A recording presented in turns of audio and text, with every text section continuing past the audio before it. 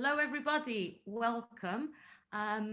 Delighted that we've had such a great turnout. My name is Yen Yao. I am the Director of Training Programs for the Grierson Trust. I'm delighted to be here with you this evening and our special panel of speakers. Before I launch into what we're going to be doing, I'm just going to do some housekeeping because that's going to be quite important. This is a brand new world for some of you in terms of Zoom and webinars. So just want to say, first of all, we're asking everybody to have the video off and to mute your mics.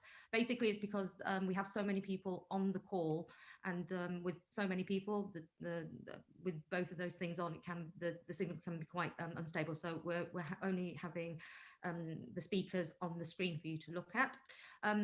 As we're going along, if you have any questions, we're going to take them at the end, but please do put them into the chat. So Hannah, who's with us, who's the marketing manager for the Grierson Trust, is going to be managing that.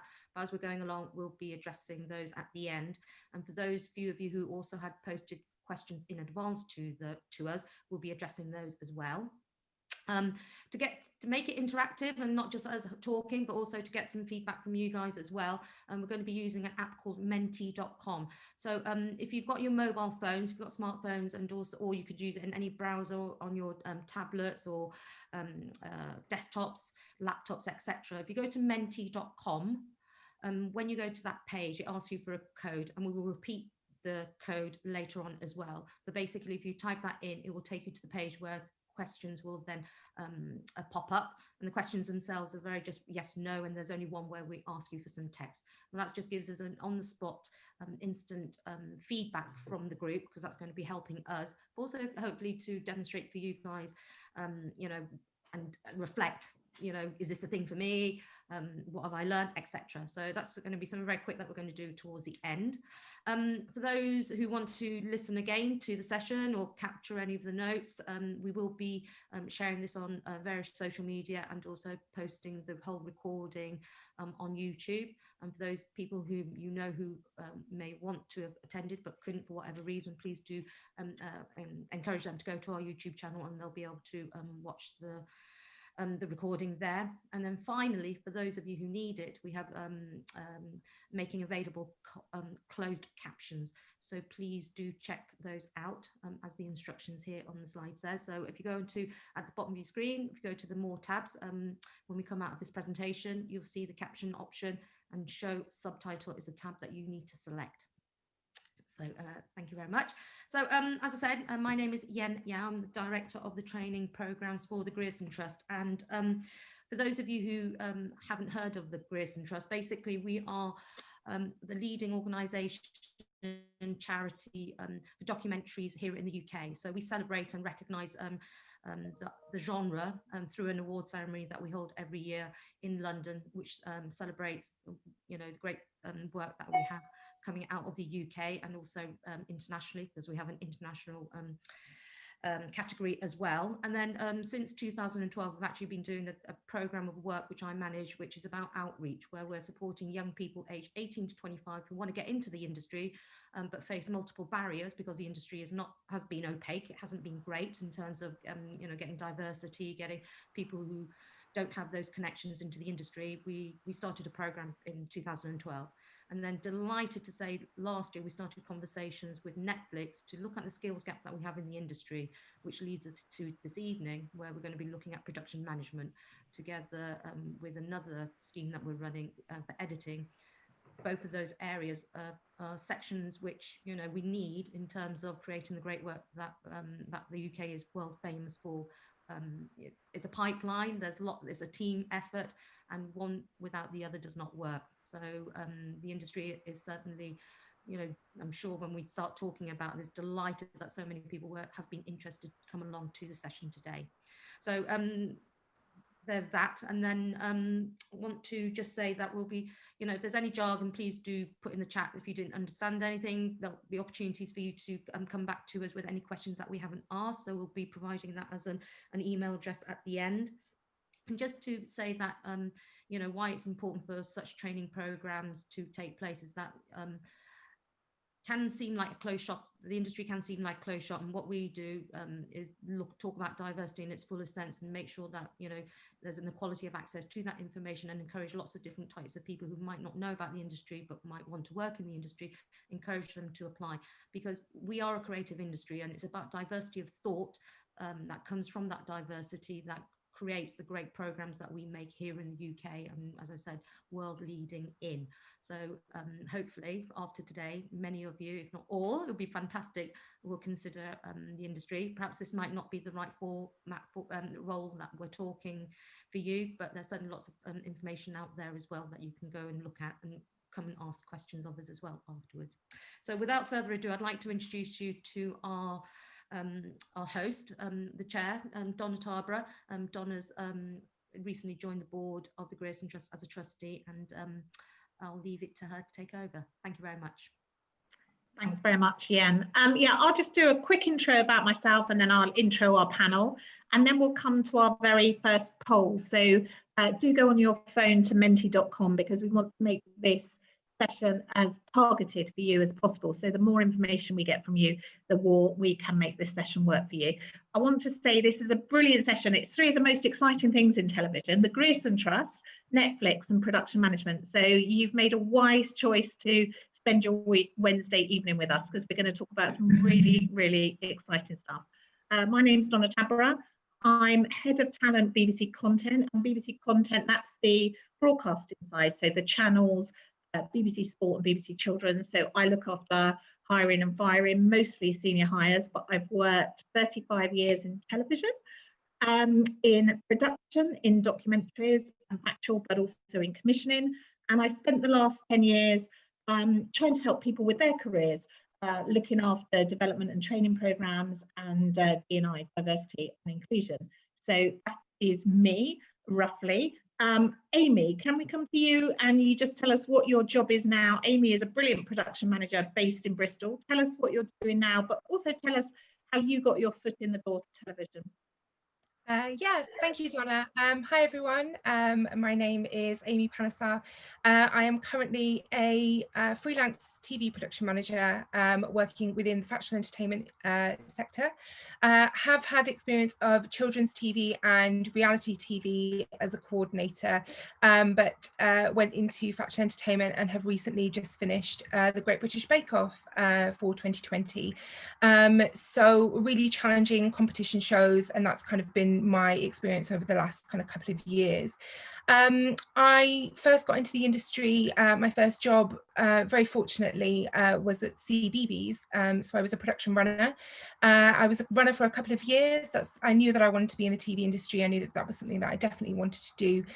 So started off as a runner and realised that I had an opportunity to be a researcher, did it for a month or two, and I realised it wasn't for me. So I then crossed over to become a production secretary and realised I love Excel spreadsheets and colours a lot more than one probably should. So I started off basically as a production secretary on my production management route, and then became a junior coordinator for a really short amount of time, and then became a fully fledged coordinator for a few years. Then junior production manager for 2 years, and I've been a PM for coming up to 3 years now. So, and just really enjoy everything that encompasses production management. So that's kind of been me for the past 10 years. Brilliant, thanks Amy, and thanks for getting Bake Off on air. I'm sure, like many people on this Zoom, it did get us through some dark months, so thanks for managing to get through Bake Off. And talking of getting us through some dark months, Netflix, I'm sure, says the lady from the BBC, has really helped us as well. So Audrey, you're manager of documentary films at Netflix. Tell us what your job entails now, but also tell us how you got your first job in telly. Yeah, thanks, Donna. So I've been at Netflix for 2 years now. So work with our, well, we call them our creative team rather than commissioners, but work across our whole slate of documentary films. So most docs that you may have seen on Netflix will have passed through our team, working on what are the right content to put out, and then working with our production partners on budgets, schedule, legal, everything that we'll touch on that encompasses the PM world. Which makes me feel very old. I have worked in TV for nearly 20 years, which is scary when you stop and think. So I started my career in Dublin, quite legitimately making tea, as the old joke goes, but that is legitimately my first job, was making tea in a green room for a comedy panel show with Dara O'Brien. We'll touch on this, but I knew no one in the industry when I started. I had no connections, no experience, so just chatted my way in and worked my way up. I will say Amy's route is probably much better and more sensible. Mine was a bit ad hoc. I was a researcher in an AP, then got the PM quit, and they said, "You're organised, will you do this job while we recruit?" And then I just kind of learned as I went, which I will say I still miss not having been a coordinator, because it's the most valuable time you spend. But I moved around genre and broadcasters, so I've been at BBC and Sky. I've been at lots of indies across the UK and Ireland.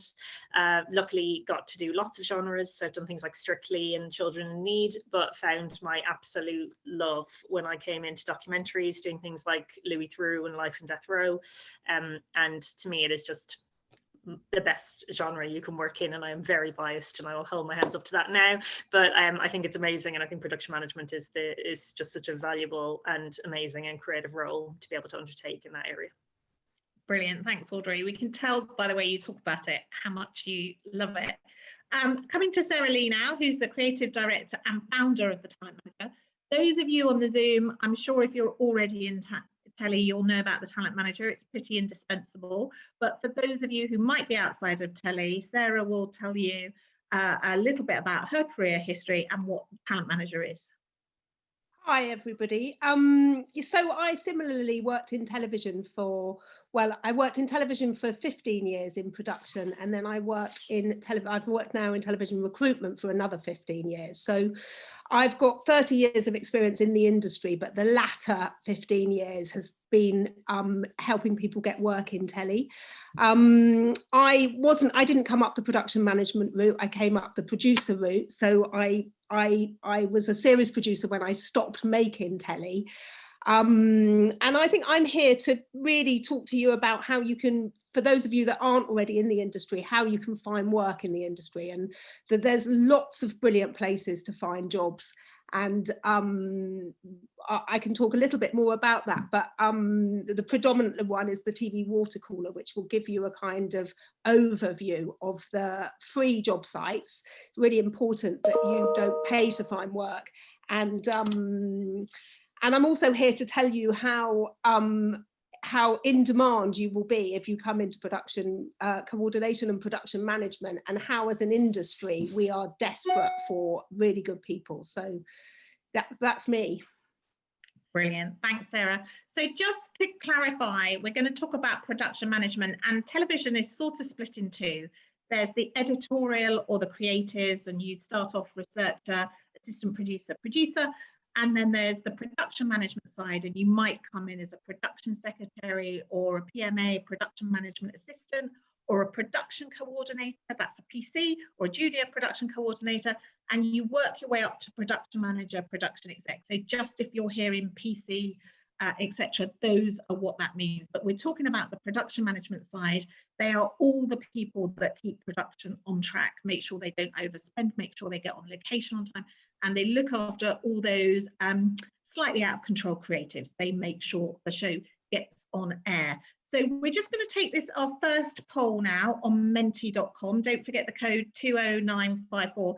If you can answer, we're just about to launch the first poll. We want to hear, so we can direct this session for you. We want to know who's already working in television and who doesn't. Wow, that's great. Okay, I can just about see that. So I don't have any telly experience. That's fantastic, 63%. And 23% I have experience in the screen industries.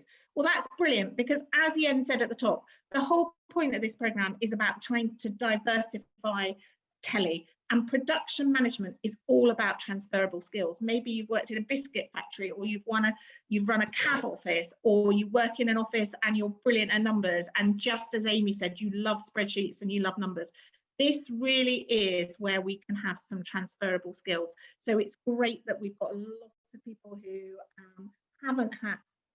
don't have any experience. So we will try and tailor our conversations to that. So it's great that we've reached a lot of people who aren't already in telly, and this is genuinely for people who've maybe just started in telly, but it's also for people that don't have any experience of telly at all. So please don't think it's not for you. We are looking for people with admin and office experience. If you haven't worked in telly, please don't be put off, stay with us. And the whole point of this session is that we demystify it and we explain what the roles in production management are about, why there's a big demand at the moment. We've got a skills shortage in our industry, and how we'd like you to apply for the scheme. So thanks for filling in, for completing that first poll. So Amy, I'm going to come to you. So you admitted that you love spreadsheets, and please come and work with me because I'm hopeless. You love spreadsheets, you love colours.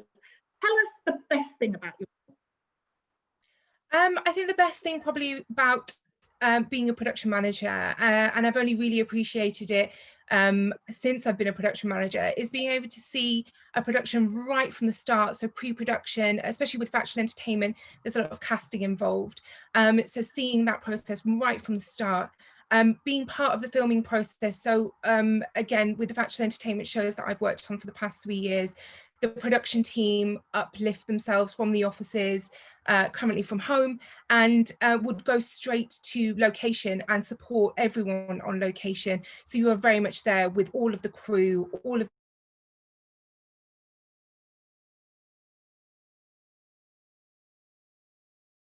through to post-production. So we get to see everything that happens in an edit. So we get to see what's called an offline. So that's when all of the show is being cut together. We then move the show into the online. So it's grading the show to make it look colourful and beautiful, adjusting the audio, which is called the dub, and then being able to actually deliver that physical show to the broadcaster. It's a really satisfying process to be able to see it right from the start. And I think a lot of people think when they see a 10-part show like the Great British Bake Off, it's only taken kind of a couple of weeks to make, but actually in a whole, it takes around 14 months from very start to very finish to make and produce that show that you see on TV. So there's so much background involved that the production manager actually gets to be a massive part of. And also it's being able to see that your team develop as well. I've had production secretaries who I've worked with a few years ago who have moved up to coordinators, and as freelancers, you're able to bring them back on board for a production.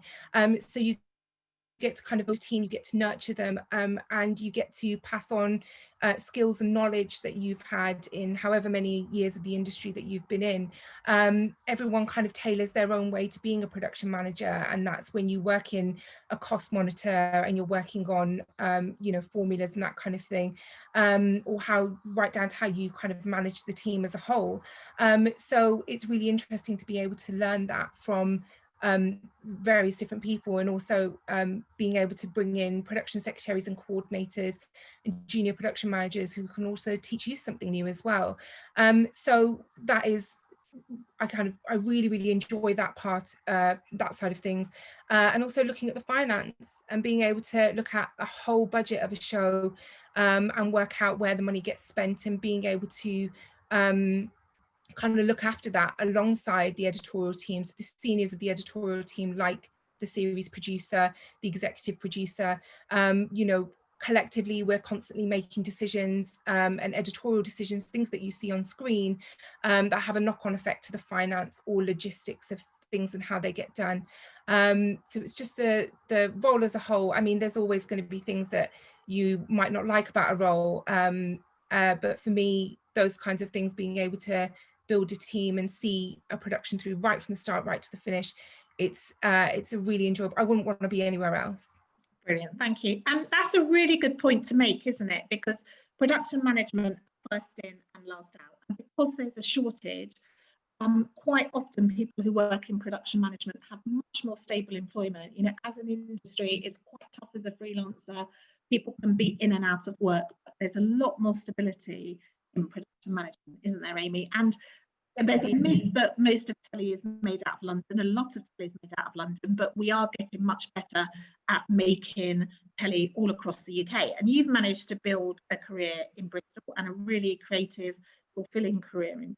What's it like working outside of London for people who might be on this call and aren't based in London? Yeah, I mean, I kind of started off when I was a runner, believing that London was the only place that I was kind of going to find work. And I did start off my career initially in London, but I've actually lived in Manchester, Bristol, and Birmingham as well. So I'm currently classed as regional because I live outside of the M25. So that's the kind of, you've got the non-regional and the regional people, and that's how they're distinguished, kind of inside the M25 and outside as well. But for me, the scope of programming regionally is so exciting, especially kind of a lot of the large establishments like the BBC, who made the move to Salford in Manchester, and Channel 4 have now opened their huge hub in Leeds.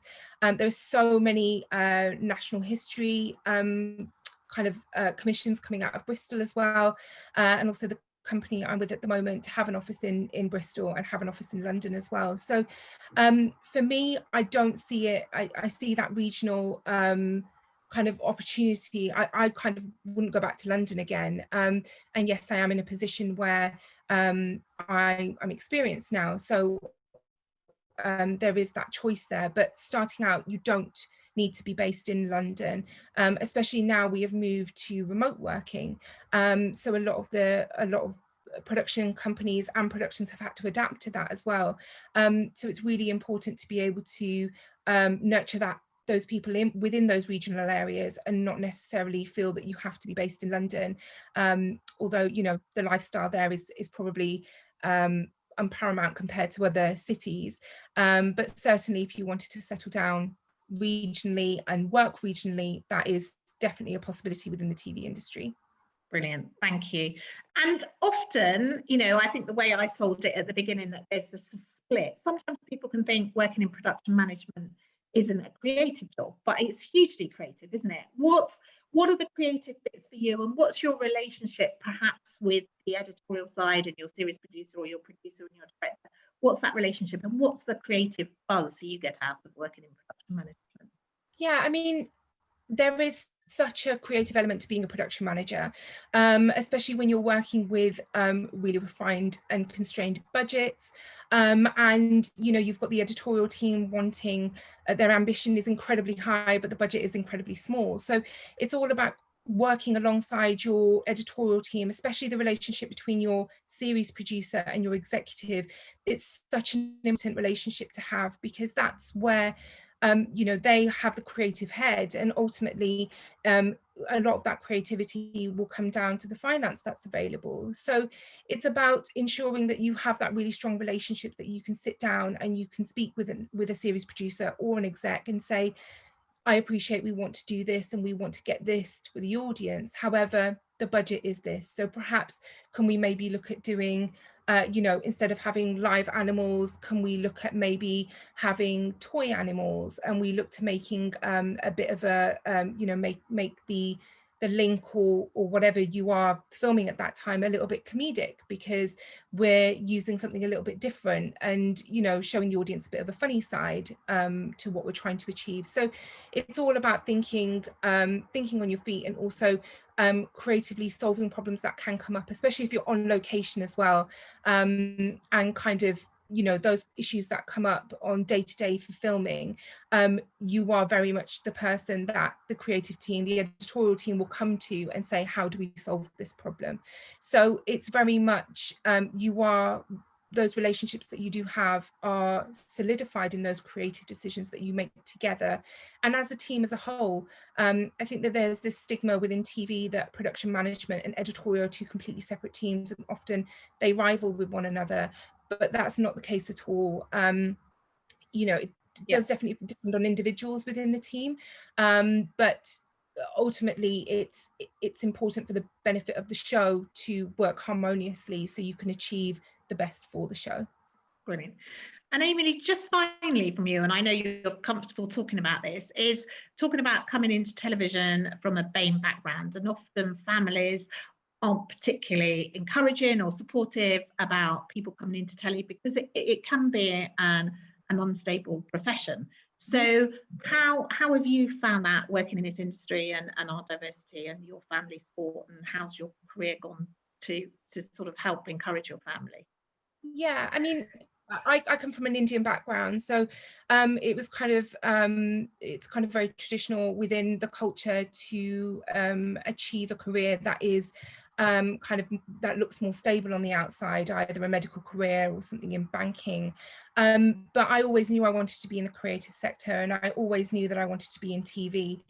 So it was something that I had started from. I didn't know anyone in the TV industry, and it was very much through hard work and persistence and showing that there is definitely an opportunity to make TV a completely viable career and a successful viable career as well.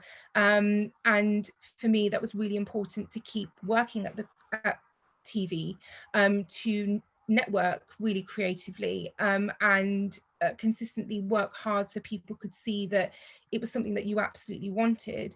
I'm very, very fortunate that my family were completely supportive of me traveling the UK. I've traveled abroad as well for different productions. I filmed in all manner of countries for TV and actually been on location and physically been on location for those. And it's really important for me to have broken down that stigma that this isn't a viable career. This is very much a viable career for anyone that wants to get into it and anyone that has a passion for it. I often say to people that you're a production manager, you want to be in production management if you enjoy the logistics and the coordination side of things and the Excel spreadsheets and the formulas and all of that kind of thing.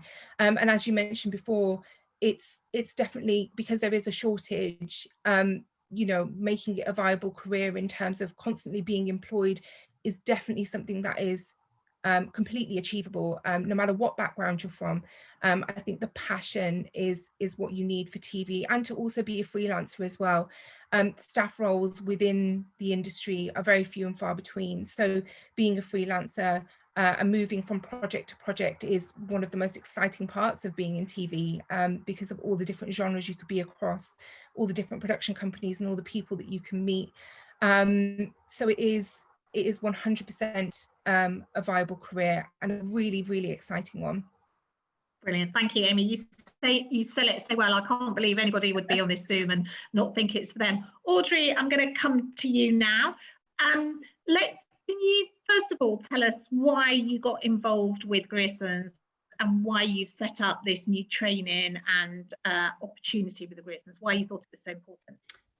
Yeah, well, I suppose having worked in docs in the UK for quite a while, Grierson's is just so important to our genre as a whole. It really advocates for documentaries. It gives them an amazing platform and really kind of gives them the praise that I think they deserve. I'm very biased to docs, I will flag that right at the start.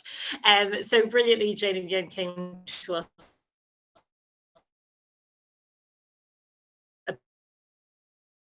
they've been we're all supporting in a smaller capacity. And while we were having our conversations, I just wanted to flag that the real skill gaps that I come up with time and time again is production management and editors, because also to say often production managers recruit a lot of the team, so they generally know where all the skill gaps are, and it just felt like an area that I know I did a media degree and no one talked to me about production management. No one told me what it was. I left university thinking editorial people made TV and that's what you did, which is how I started.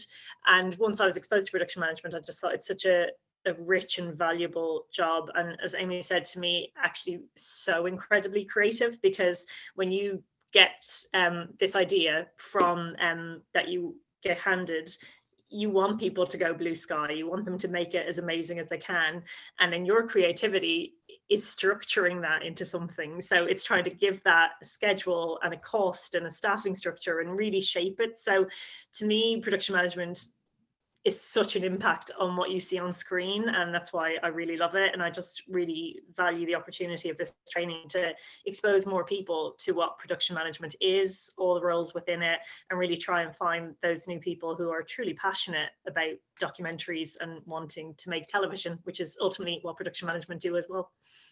Brilliant, thanks Audrey. And for the 8 successful trainees, there will be 6 days training, a mentor, you become part of the Grierson DocLab alumni and constant networking is brilliant. But also, you know, the amazing thing is up to 3 months paid work on a Netflix production.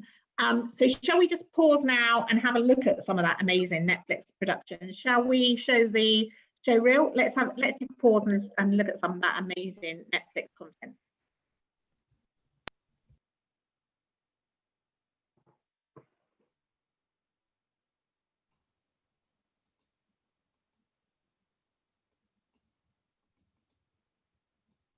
Shooting from the air, the land, and under the water. Enduring freezing cold and tropical heat. Whatever it took.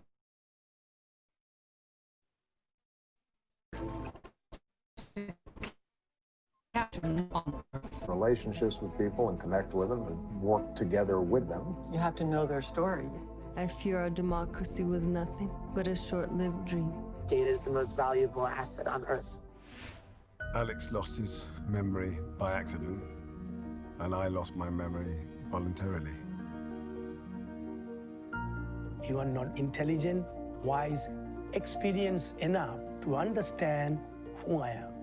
I tell the parents that you are the ones who are suffering because of her condition. Sometimes, Reggie, I say to myself, how in the did I get involved with all this? John Demjanjuk, he was the family man. He was living the American dream. He was a good American citizen up until the government came along and said he was Ivan the Terrible. A twisted story that keeps twisting. My mind doesn't want to believe it's true. Hello, I'm Bill Gates. What is your worst fear? I don't want my brain to stop working. There is so much going on all the time. It's unbelievable. I'm so lucky that I actually make something that heals people. Brilliant. That's a great out, isn't it? Yen, I'm going to bring you in here now. Audrey and Yen, let's talk about some advice for people who might be applying. Audrey, for people out there thinking about applying, what do you look for most? What are the most important elements of a production coordinator or production secretary? What are the key ingredients? I think the thing that I've always looked for when I've recruited for those roles is passion. It's you being really passionate about the content, it being content that you love and that you want to feed into, because as we say, yes, spreadsheets are part of it, but ultimately you're part of the team that put that content on screen. So loving it is really a key thing for me. If you are someone who loves a challenge, because we are basically problem solvers on a minute-by-minute basis. And I think you have to be comfortable with the fact that you stand on ever-shifting sands. If you're someone who likes to create a plan and everything go to plan, this may not be the job for you. You have to just get excited by the fact that you start the day thinking one thing will happen and something else happens, and you adapt to that. And you learn every day. I mean, no matter, I don't know anyone in production management who thinks they know everything. There is always something new to learn.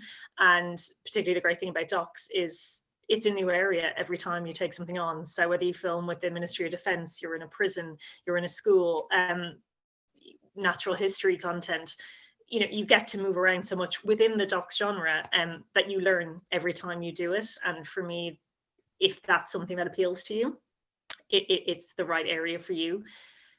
Obviously being very organized is important. That is kind of our job. The best analogy I was ever given for production management is being like the air traffic controller. So you make sure nobody crashes in the air, everyone gets landed safely and you're controlling it all, or being a swan, where you're the very calm one up front and all the work is going on under the water. So if you're able to keep that smile on your face, keep people positive and on track, and do the hard work behind it, I think this is a really rewarding position to be in. So it's really that sense of organization and passion that I'll be looking for from the applicants. Brilliant, thanks Audrey. And Yen, what would be your top tips for people about to fill in the application? What would you say? Yeah, I think given the statistic that we had at the beginning about how many people don't come from film and television or the you know, have a creative industries type background, and looking at some of the questions that have come through in the chat, I think what we'd be looking for are the soft, because basically you're thinking of, you know, the fact if I had a person on another scheme that I worked on who came and, you know, they lived in a hostel, they worked at Greg's doing the night shift, but they were able to show their passion. And, you know, to me, it showed me that they were a grafter, they could be dependable, you know, showing up in the middle of the night to work a shift. You know, you're going to be starting at the bottom. You know, you'll have to show some willing and actually be able to be curious, ask questions. You want to make yourself basically indispensable.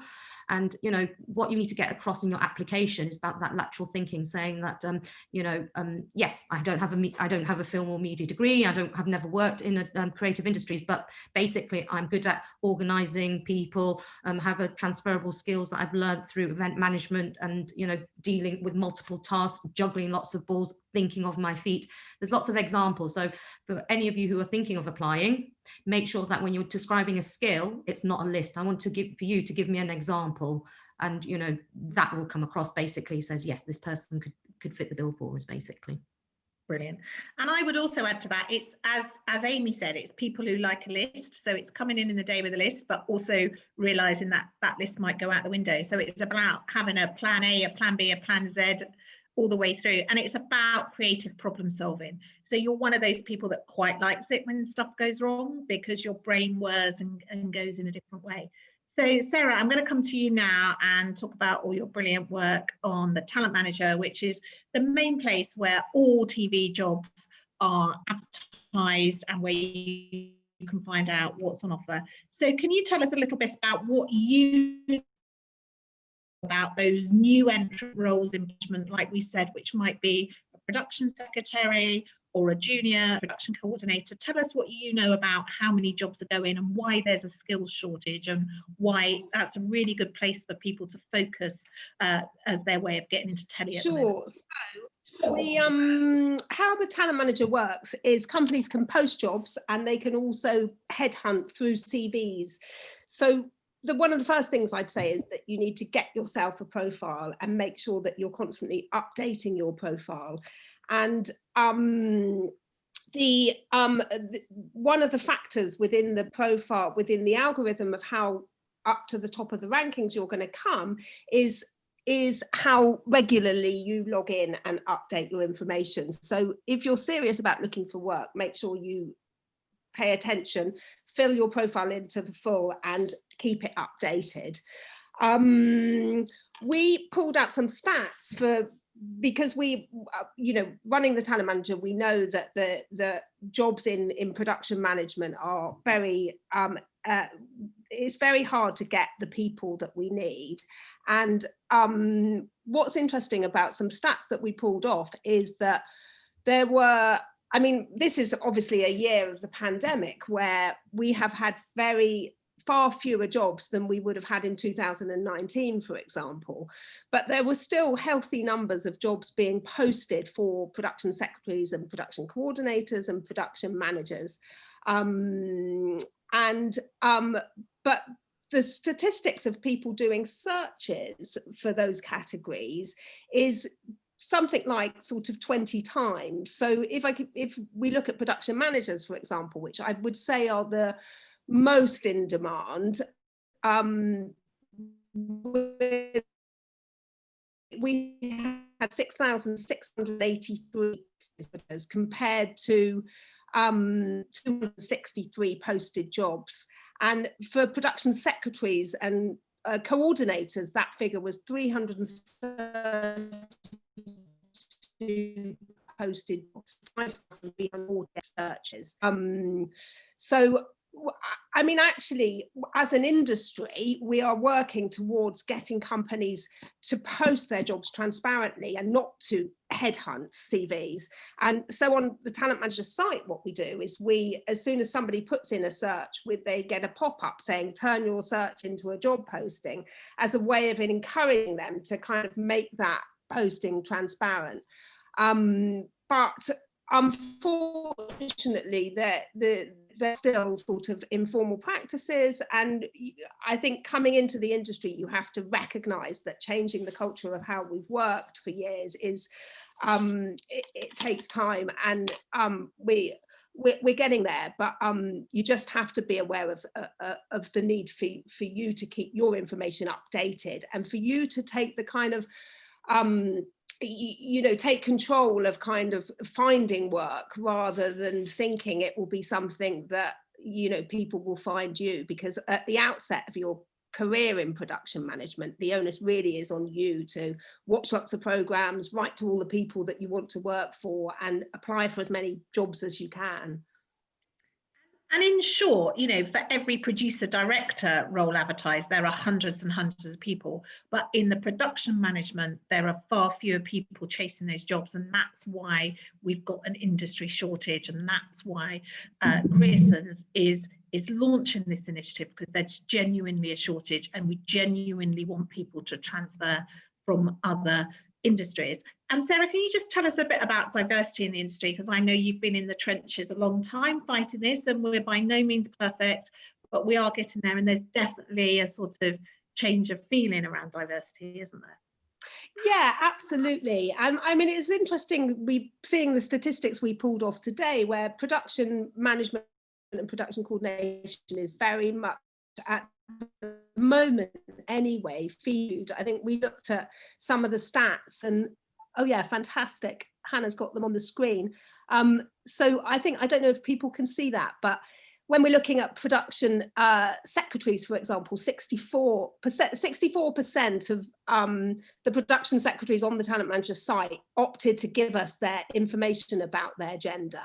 And as you can see, I don't think that we've got the percentages on screen, but you can see from the wheel, the purple is the female and the male is the dark blue. So it's tiny. That said, we're very, very keen to encourage more men into the profession. So if you're on the line and a man, don't be put off by that. And actually what's quite interesting is, as in a lot of careers, there more men seem to rise to the top in production management. So it's actually slightly less skewed. It's still very female heavy at the production manager stage, but there are slightly more men in those higher levels. And I mean, diversity across the board is something that the industry is desperately trying to readdress. And we absolutely want people from a broad range of socioeconomic backgrounds, and from all sorts of kind of pools of underrepresented talent. So if you have a disability, or you're from an ethnic minority, that should be a positive in television at the moment, because there is an active kind of drive to increase representation. So yeah. Brilliant. Thanks so much, Sarah. Right, I'm going to open the floor to questions now. So as Yen said at the beginning, if you have a question, please do pop it in the chat at the bottom, and Hannah is going to help me select the questions. So Hannah, have you picked out the first question you want to ask? I have indeed. So these are some questions that were submitted ahead of the session. So one of them was about not living in London, and specifically for the scheme, I think, a question about placements. Where are placements based? Are people going to be expected to commute a long distance? How does that work? Audrey, do you want to take up that question about where people will be based and travelling? Yeah, so obviously the placements are on Netflix shows.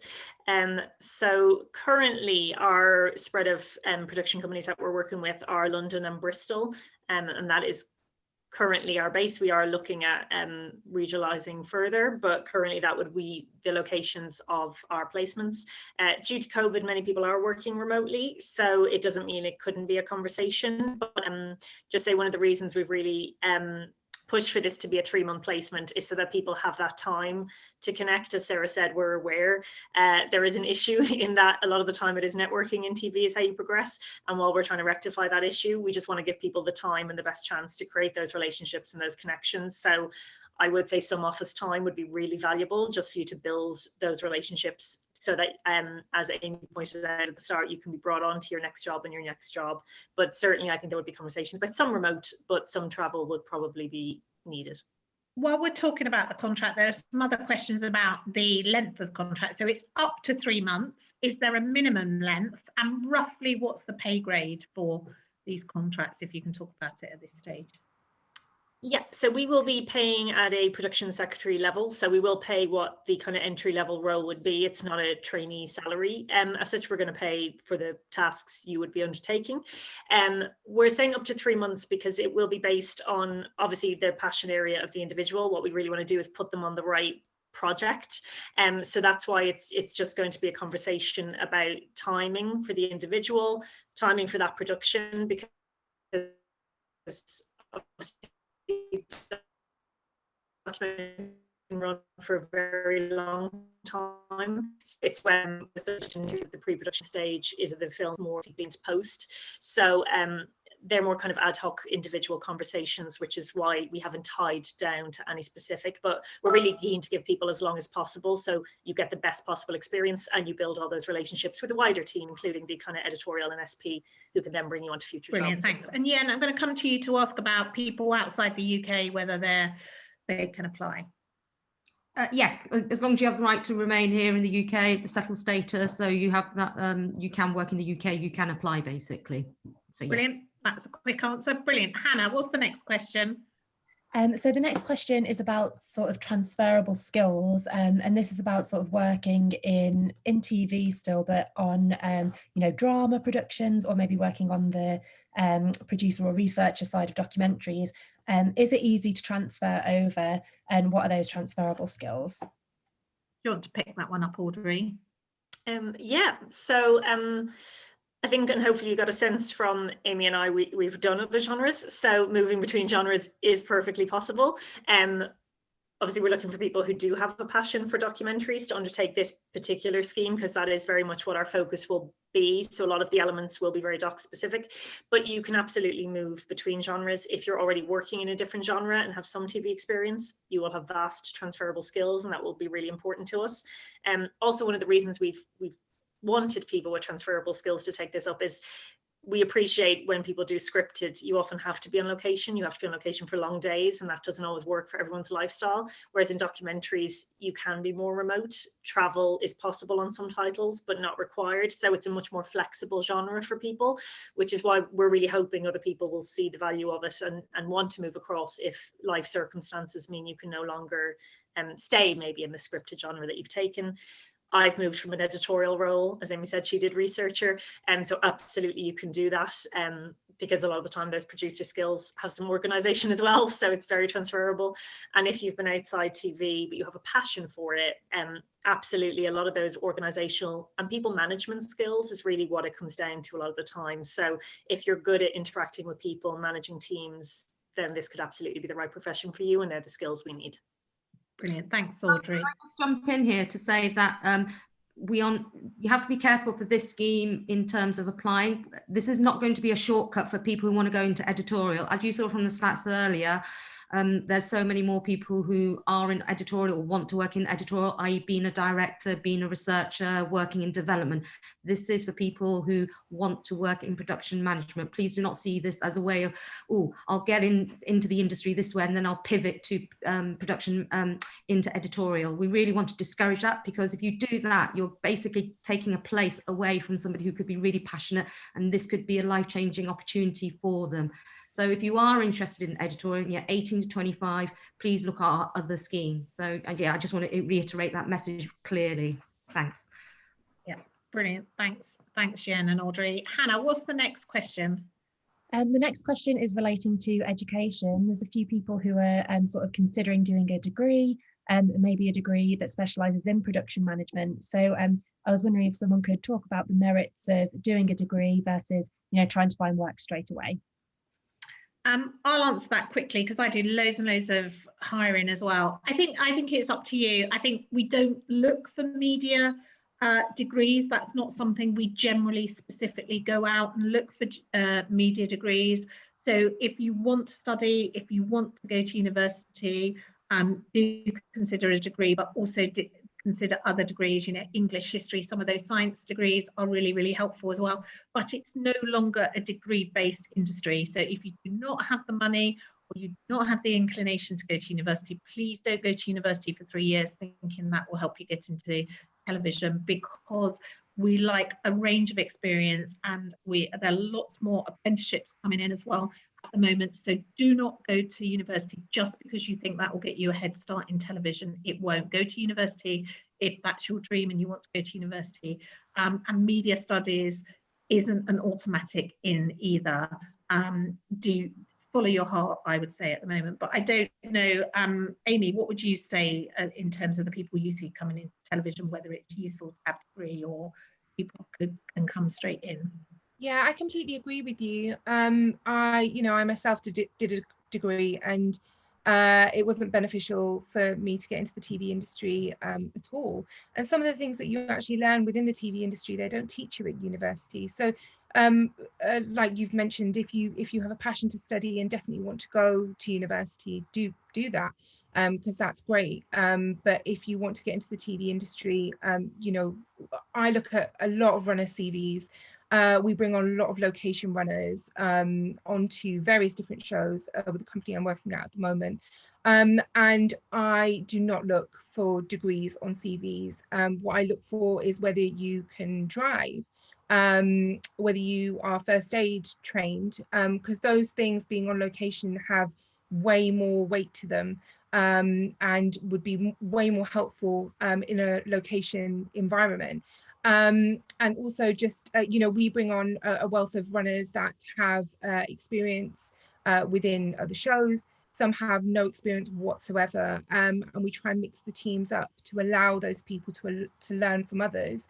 And that's, again, another really important part, and one part I really enjoy about production management is being able to bring on those people and for them to find their own passion within the TV industry. And when you're a runner, it's a really good opportunity for you to actually find out whether production management is for you or whether editorial is. And allows you opportunity, and if you know you want to be in production management, it then allows you to perhaps be a production runner, so you work more closely with the production team. But I would say a degree isn't necessary. No. Thanks, Amy. I think common sense, never ever underestimate common sense in these types of roles. Hannah, we can probably take 2 more questions. Okay, which ones to choose? There's a few practical ones that maybe we could skip and just link people to the information on our page. But there was one question from someone who works in the live events industry, and it's about, if you want to take that pivot and move from one career and one sector to another, and you're at a certain point in your current career, do you have to go down to runner and then work your way back up, or is there a way that you can sort of jump straight over to production management? Yeah, I'll come to you, Sarah, on this. And I think working in events is absolutely a brilliant, transferable skills. You're juggling lots of things, you're working to a deadline, you're dealing with lots of competing stakeholders. So I think events management totally, but I get your point that if you've reached quite a high level in events management, do you have to go right back down to the bottom and start making the tea? Sarah, how would you answer that one? I saw that question. I think it was Sultana, isn't it, who asked that, and I wonder whether I am actually best placed to answer it and whether I should put that back, because my instinct would be that I think you mentioned that, having had a certain level of experience as a kind of an older woman, that the making the tea in the green room is probably not where you want to be, and I absolutely think that you shouldn't be doing that either. But I don't know whether, if I'm perfectly honest, I'm not in the thick of it enough to know whether that you could transfer at production management level. And I think maybe Audrey could answer that better, or Donna. I'm sorry to pass the buck, but I mean, I would personally say I wouldn't expect someone with that level of experience to come and start as a runner. So I think there are PMAs, production management assistants, production secretaries. What I would say is, if you are brilliant and you come in, you will rise really, really rapidly. So I'm not suggesting someone with your experience should start making the tea, But if you come in as junior production coordinator or production secretary, if you've got it, oh my God, you will rise really quickly. But I don't know what you would say, Audrey, to that. Yeah, I was going to say I have in my time taken people who were wedding coordinators and someone who was a theatre stage manager, and so people come in.